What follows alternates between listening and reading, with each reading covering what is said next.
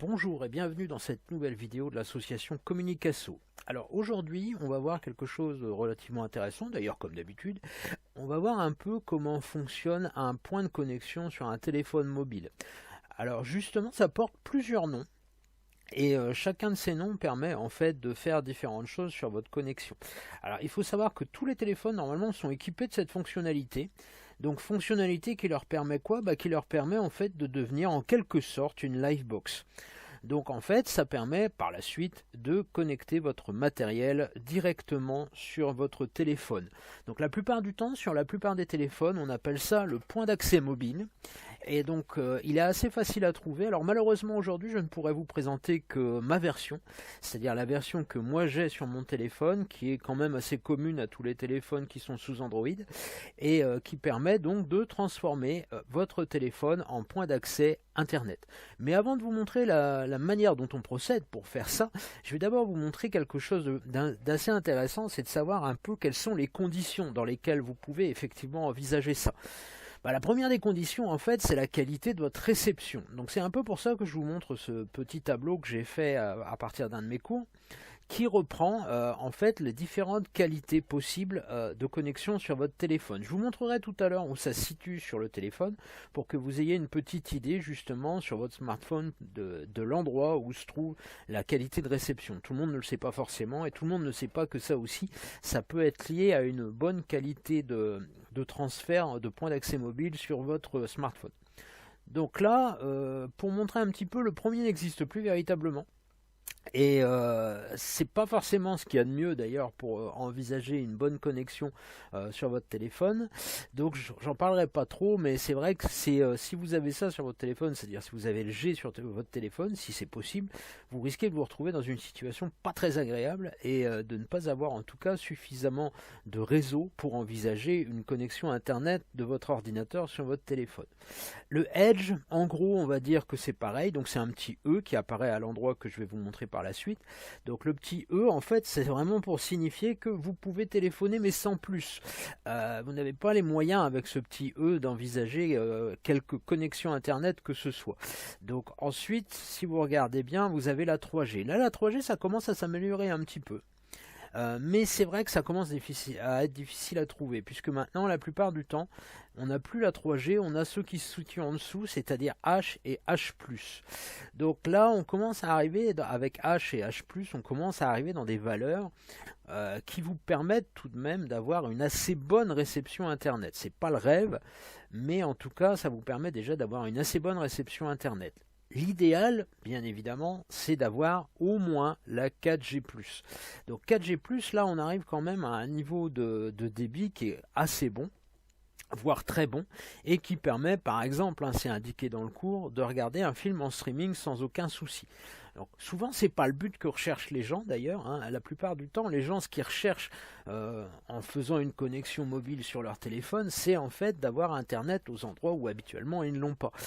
Je pense ici à pas mal de nos adhérents qui s'en servent en fait pour aller sur internet s'agissant de leur lieu de vacances, donc par exemple en camping, à l'hôtel, ça peut être aussi dans leur maison de campagne. Tous ces lieux normalement peuvent être équipés d'internet, mais souvent l'internet par exemple dans les campings ou dans les restaurants reste assez bridé et assez encombré. Si vous voulez avoir une bonne connexion internet, il est tout de même préférable de passer par votre connexion. Donc la première chose à savoir effectivement, c'est que le réseau à l'endroit où vous vous trouvez doit vous permettre de faire la connexion internet. Et ce réseau donc dépend des petits chiffres que je viens de vous donner. Donc dans l'idéal, je le répète, il vaut tout de même mieux que ce soit de la 4G+, mais si c'est H ou H+, ça peut tout de même passer malgré tout. Donc la zone de couverture, c'est aussi quelque chose d'important, et c'est quelque chose qu'il faut citer quand on parle de ça. La zone de couverture, en fait, c'est la manière dont les relais 4G+, là pour ce qui nous intéresse, les relais 4G+, sont installés en France. Donc il faut savoir qu'il y a un site, le site de la SERP, donc ARCEP. Le site de la SERP permet donc de savoir un petit peu quel est l'état général du réseau en France. Donc là par exemple je me suis mis sur le site et je me suis mis aux alentours de Cambrai. Donc il y a une petite notification sur le côté qui vous permet tout de même de savoir quelle est la qualité de tout ça. Donc vous pouvez choisir plusieurs éléments, vous pouvez choisir la couverture, la qualité, l'internet mobile, 4G, 5G, etc. Il y a pas mal de choses qui sont possibles de changer. Vous pouvez aussi choisir différents opérateurs, parce que selon les opérateurs, la couverture n'est pas la même. Et donc tout ça vous permet d'avoir une meilleure idée donc de la qualité du réseau à l'endroit où vous vous situez. Donc vous pouvez voir qu'il y a quelques petites zones où effectivement c'est en blanc, c'est d'ailleurs pour ça qu'on appelle ça des zones blanches. Et donc par exemple Poix du Nord, Auby, dans ces endroits-là, Loquignol, vous voyez que là, ces endroits-là, les endroits où je me situe ici, ces endroits-là sont pas très bien équipés et donc n'ont pas un réseau exceptionnel. Donc c'est pas dans ces endroits-là que vous pourrez envisager d'avoir une bonne connexion internet via votre téléphone. Les autres endroits, vous voyez que là, par contre, tout ce qui est rouge, c'est la couverture 4G. Donc là, par exemple aussi, si on changeait la valeur et qu'on choisissait une couverture 5G, vous allez voir que ça va être très certainement beaucoup plus triste, puisque pour l'instant, pour beaucoup d'opérateurs, je vais passer chez Orange par exemple, pour beaucoup d'opérateurs, pour l'instant, la 5G n'a pas beaucoup de couverture, si ce n'est dans les grandes agglomérations ou à proximité des grandes agglomérations. Donc effectivement, pour l'instant, la 5G, de toute façon, on en parle beaucoup, mais on ne fait qu'en parler, puisque dans la réalité, on ne peut pas envisager la 5G, en tout cas pas dans l'immédiat, dans nos régions. Donc je reviens à la 4G pour vous montrer un petit peu ce que ça donne, et vous voyez que là, par contre, au niveau zone de couverture, la quasi-totalité des endroits où on peut se trouver sont bien couverts. Donc cette notion-là aussi est à avoir, donc je le rappelle, c'est sur le site de l'ACERP, donc on peut obtenir ce type de résultat. Donc dans un moteur de recherche, il suffit de taper en fait zone de couverture smartphone et vous trouverez l'équivalent de ce que j'ai trouvé, sachant qu'il vaut mieux effectivement chercher la SERP directement pour avoir un résultat global plus intéressant. Donc là, on va passer à la seconde partie du cours. La seconde partie du cours, donc, qui concerne en fait la manière dont on procède sur le téléphone portable pour effectivement obtenir le système de données mobiles.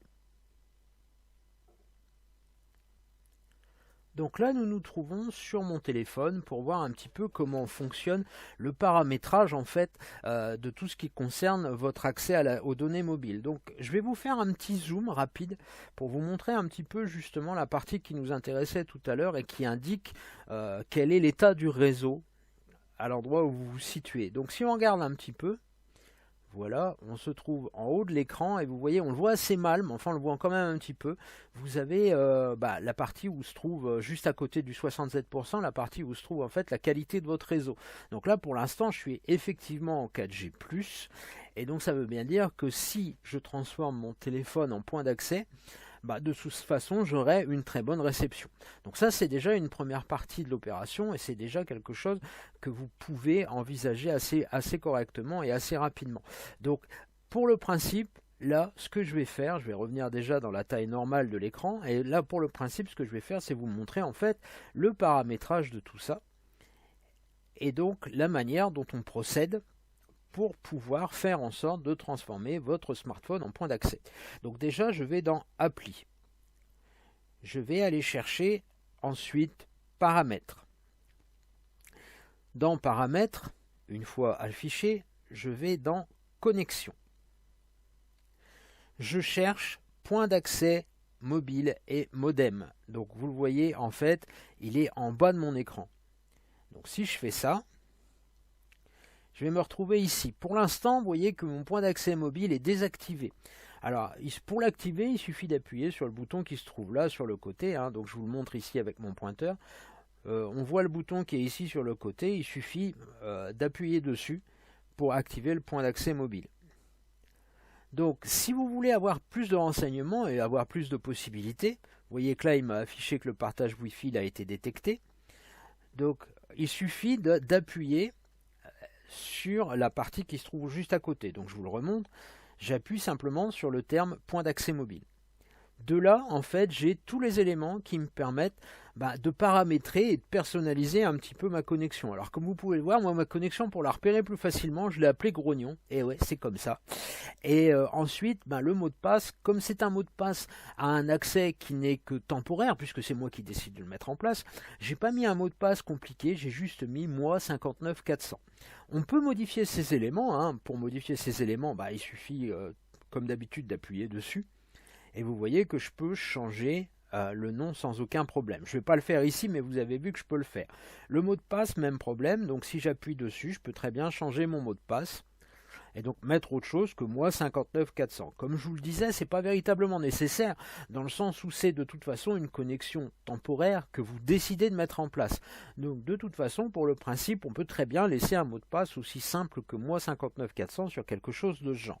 Ça va avoir son importance après, puisque c'est grâce à ce mot de passe et grâce aussi à ce qu'on appelle un SSID que je pourrais me connecter sur mon téléphone de mon ordinateur.